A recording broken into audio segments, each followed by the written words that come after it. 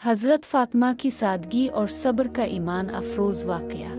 अस्सलाम अलैकुम व रहमतुल्लाह व बरकातुहू। आज हम बात करेंगे रसूल अकरम की प्यारी बेटी हज़रत फ़ातिमा के एक ऐसे वाक़ये की जो हमें सब्र, क़नाअत और अल्लाह पर भरोसा सिखाता है। हज़रत फ़ातिमा नहायत सादा ज़िंदगी गुजारती थी। घर के तमाम काम खुद करती, चुकी पिसत पानी बेरुत और बच्चों की परवरिश भी खुद ही करती।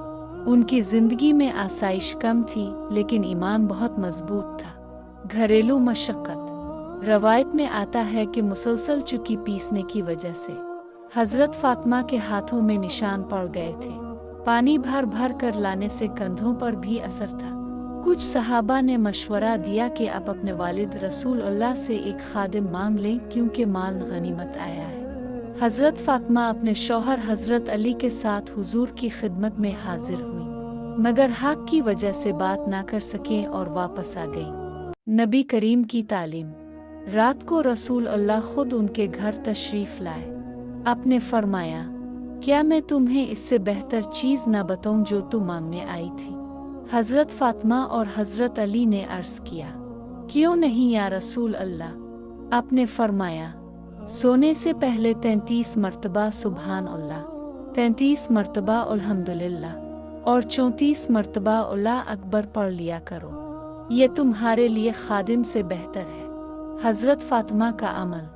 हज़रत फ़ातिमा ने कभी शिकायत नहीं की। उन्होंने खादिम की ख्वाहिश छोड़ दी और इस जिक्र को अपनी ज़िंदगी का हिस्सा बना लिया।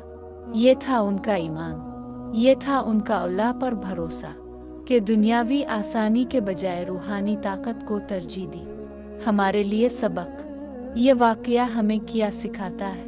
सादगी में ही असल खूबसूरती है। मुश्किल हालात में भी सब्र करना मोमिन की शान है। अल्लाह का जिक्र दिल को सुकून देता है। दुनिया की आसाइश से ज़्यादा कीमती अल्लाह की रज़ा है। इख्तिताम। आइए हम भी अहद करें कि सोने से पहले ये तस्बीहात ज़रूर पढ़ेंगे और अपनी ज़िंदगी में सब्र और क़नाअत इख्तियार करेंगे। अगर आपको ये ईमान अफरोज़ वाक़या पसंद आया हो तो वीडियो को लाइक और शेयर ज़रूर करें और हमारे चैनल को सब्सक्राइब करना ना भूलें। अल्लाह हमें हज़रत फ़ातिमा के नक्श कदम पर चलने की तौफ़ीक अता फ़रमाए। आमीन।